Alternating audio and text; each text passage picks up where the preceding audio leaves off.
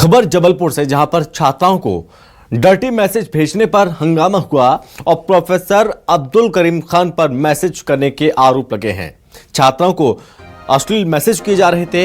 ABVP के लोगों ने थाने के सामने प्रदर्शन किया और आपको बता दें कि ओएफके गर्ल्स कॉलेज की छात्राओं को मैसेज भेजने का आरोप है। एबीवीपी ने 6 छात्राओं को गंदे मैसेज भेजने का आरोप लगाया है। इस पूरे मामले में कार्रवाई करने की मांग की और थाने के सामने जमकर प्रदर्शन किया गया। दरअसल छात्राओं को अश्लील मैसेज भेजे जा रहे थे और इसकी शिकायत की गई। प्रोफेसर पर यह आरोप लगा है, प्रोफेसर ने छात्राओं को अश्लील मैसेज भेजे हैं। ओएफके गर्ल्स कॉलेज की छात्राओं को मैसेज भेजे गए हैं।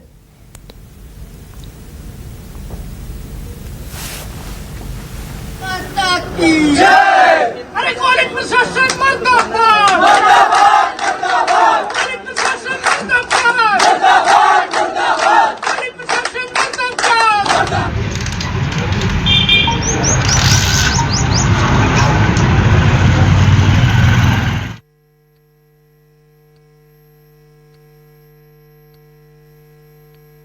ये थोड़ा पढ़ाई से रिलेटेड था, असाइनमेंट के बारे में। उनसे क्वेश्चन मांगे थे मैंने, सो उनने दिए भी और मैंने बराबर उन्हें बनाकर जमा कर दिया।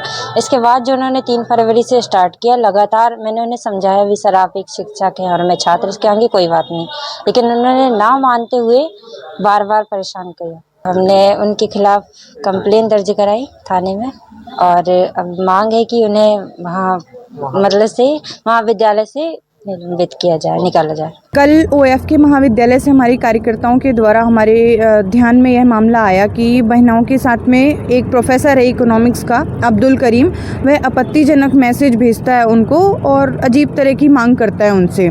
उसी को हम लोग तत्काल रूप से आज यहाँ आंदोलन धरना प्रदर्शन किए और तत्काल रूप से उनकी निलंबित करने की कार्यवाही की मांग की। ओएफके कॉलेज खमरिया का पूरा मामला है, जहां पर एक शिक्षक के द्वारा कुछ बच्चियों को अश्लील मैसेज कर परेशान किया जा रहा था। इसकी जानकारी एबीवीपी संघ को जानकारी प्राप्त हुई, जिसका उन्होंने मतलब शिक्षक का विरोध करने के लिए उन्होंने कॉलेज में प्रदर्शन किया और कॉलेज में एक ज्ञापन सौंपा है और फिर बच्ची यहाँ उनके साथ में थाने पर आकर शिक्षक के खिलाफ एफआईआर दर्ज कराई है, जो विवेचना में लिया गया है।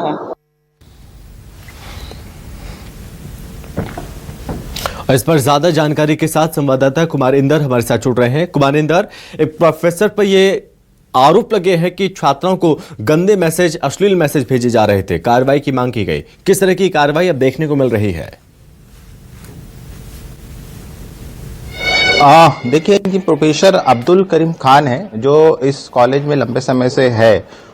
तकरीबन इसकी उम्र जो है 55 से 57 साल के बीच में बताई जा रही है। इसमें बेहद ही गंभीर आरोप लगे हैं और आरोप ये है कि ये कॉलेज को छात्राओं को नोट्स भेजने के बहाने, उनके नंबर बढ़ाने के बहाने, उनकी मदद करने के बहाने जो है उनके जिस्म के जिस्मानी संबंध बनाने की बात उनसे कर रहा है। और साफ तौर पर जो मैसेज कॉलेज के छात्राओं को भेजे हैं, उस मैसेज में साफ तौर पर उसने बिल्कुल खुलेआम, बिल्कुल दिलेरी से उसने लिखा है कि वो उनके साथ जो है शारीरिक संबंध बनाना चाहता है। तो आप ये सोचिए कि इस प्रोफेसर को ना तो शर्म है, ना हया है, ना ही किसी बात का डर है, ना ही कानून का खौफ है और ना ही स्कूल कॉलेज प्रबंधन की ओर से इसको कोई किसी का डर है। और यही वजह है कि खुलेआम इस तरह से छात्राओं को मैसेज भेज रहा है। एक नहीं बल्कि आधा दर्जन से ज्यादा छात्राओं को इस तरह से ये ब्लैकमेल कर रहा है, उनको व्हाट्सएप पे मैसेज भेजकर जो है उनके साथ संबंध बनाने की बात और उनको इस तरह की धमकी लगातार इस प्रोफेसर, जो सन की प्रोफेसर है, वो दे रहा है। लंबे समय से इस कॉलेज में इस तरह से डर्टी गेम प्रोफेसर खान के द्वारा जो है वो किया जा रहा है। लेकिन सवाल ये उठता है कि अब तक शिकायत के बाद कॉलेज प्रबंधन ने शिकायत क्यों नहीं करी?